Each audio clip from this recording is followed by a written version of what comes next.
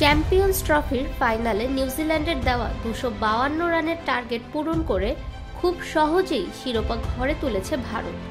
রোববার দুবাইয়ের রোমাঞ্চকর ফাইনালে 1 ওভার হাতে রেখে নিউজিল্যান্ডকে 4 উইকেটে হারিয়েছে রোহিত শর্মার দল। অন্যদিকে তীরে এসে তরি ডোবার মতো অবস্থা হয়েছে নিউজিল্যান্ডের। চ্যাম্পিয়ন্স ট্রফির শিরোপার খুব কাছে থেকেও তা ঘরে তুলতে পারেননি কিউইরা। এর আগে 2013 সালে এককভাবে এবং 2002 সালে শ্রীলঙ্কার সঙ্গে যৌথভাবে চ্যাম্পিয়ন্স ট্রফির শিরোপা জিতেছিল ভারত। এবারের ফাইনালে ভারতের সামনে লক্ষ্য খুব বড় ছিল না, 252 রানের। রোহিত শর্মার ঝোড়ো ব্যাটিংয়ের সেই লক্ষ্য উড়ন্ত সূচনা করে ভারত। 41 বলেই 50 ছুঁয়ে ফেলেন ভারতীয় অধিনায়ক।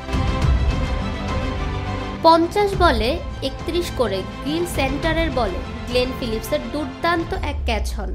ততক্ষণে উদ্বোধনী জুটিতে ওঠে 105 রান। পরে কোহলিকে এলবিডব্লিউ করেন ব্রেসওয়েল। 1 রানের মধ্যে 2 উইকেট হারায় ভারত। রোহিত চাপ কমাতে ডাউন দ্য উইকেট খেলতে গিয়েছিলেন, কিন্তু রাচিন রবীন্দ্রর বলে স্ট্যাম্পিংয়ের ফাঁদে পড়েন ভারতীয় অধিনায়ক। 83 বলে 7, 4 আর 3 ছক্কায় তিনি করেন 76। স্যান্টনারের বলে ফাইন লেগে লো এক ক্যাচ নেন রাচিন। হাফ সেঞ্চুরির দোরগোড়ায় এসে ফেরেন আইয়ার। 40 বলে 29 রানের ইনিংস খেলে আউট হন অক্ষর প্যাটেল। এরপর ছোট কিন্তু কার্যকর এক ইনিংস খেলে দলকে জয়ের কাছাকাছি নিয়ে যান হার্দিক পান্ডিয়া। ফাহমিদা বিনতে আনোয়ার, নিরপেক্ষ নিউজ ডেস্ক, ঢাকা।